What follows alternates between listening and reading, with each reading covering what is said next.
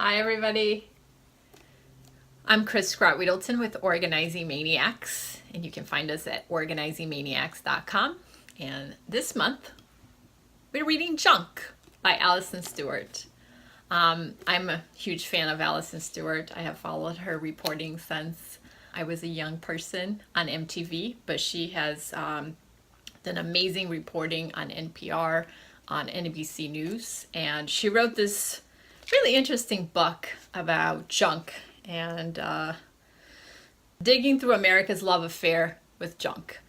And I highly recommend the book. It's based on a personal story of hers. What happened was her mom passed away and she was left with the home and all of the stuff that was left in it. Her sister lived far away, so she was the one left in charge to sort through the basement and figure out what to do with her parents' stuff. And what she says in the book is that it wasn't a hoarding situation or a garbage situation. It was just a junk situation.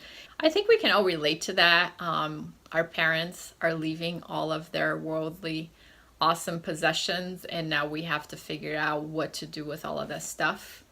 And she had to do the same. And she describes it as a journey through her childhood.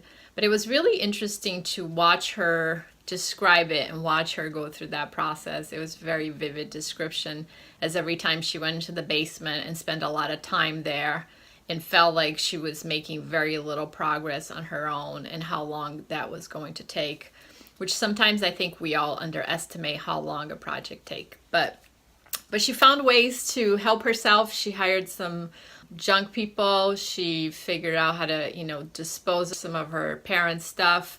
And she ended up with some memorabilia of her own. But after she finished the project, she was just curious about, what was this junk world she had just entered into. So she put her reporter hat on and went on this fun discovery. I mean, she went on what they call a junk, I called it a junk crawl. It goes from Alabama through Ohio, and there are hundreds of yard sales that you can attend, and she met some really interesting people along the way. So it was really interesting to listen to her stories about, how these interactions went and how people felt about junk and how people were looking at things.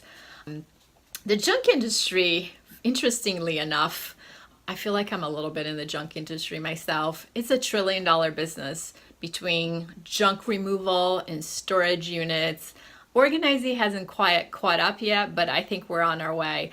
I think professional organizers are going to be the next personal trainers. Everybody should have one because we all want flat abs. But anyway, there's a lot of people spending a lot of money to store a lot of stuff, or spending a lot of money hauling that stuff away. And if you are bugged down by it, don't be ashamed. There are lots of people just unloading the stuff, and we got to do what we got to do to live a better life. But only in America do we leave our cars in the driveway and store our useless junk in the garage. And isn't that true? Personally, Brad and he runs a business from the house, which is bobblehouse.com. And I store a lot of recyclables for our clients and bins and things like that. So we haven't parked in our garage pretty much the whole time I've been in business. But there are plenty of us just storing useless things in our garage. So it's time, people. Get your cars back in the garage. Only about 25% of Americans actually park in their garage, which is a really interesting stats for me. So in her junk crawl, as she met people, there were a ton of words people used to describe things. But one thing that really stuck out to me is that junk is actually not trash. Trash is trash. Junk can be used by other people. And stuff is definitely useful. So there you go. If you have trash, you have trash. If you have junk, that may be useful to others. One other thing that she mentioned in the book that just goes with the researcher in me, she mentioned several researches, but one that was really interesting to me that I feel like my clients probably would relate to a lot is the Endowment effect. And it was a research done by Richard Thaler. I think that's how you pronounce his name. And he stated that people will consistently value or overvalue an item just because they own it. How many times do we work with people, maybe you, and people say things like, oh no, this is too good for Goodwill, or I have to give this to my friend, or oh no, I'm gonna sell this because I can make some money on it. Not gonna happen, people. Your valuing of your item is probably way more than it's actually worth it. And sometimes the time and the effort that it takes to sell some stuff is just probably not worth your time. So just give it away. There are lots of really amazing people that could benefit from your donations to Goodwill. So free yourself from it. Here's another interesting stats for you. In the 1950s, most homes were around 983 square feet. Today, we have about 900 square feet per person. So we have a lot more space, which then gives us a lot more opportunity to accumulate stuff. I remember one time my friend Jennifer said, just because it's Prada, it doesn't mean it's not hoarding. So I totally agree with her. Just, just because you paid a lot of money and because you have a lot of space, it doesn't mean that you may not be collecting way too much stuff that you need or want. So get rid of that stuff, people. And my most favorite part of the book, it was like a top 10 of ways to know if it is junk. So I'm just picking a few of my favorite. You got a new version of it, so the old one is probably junk. You haven't ever used it. It's getting in the way.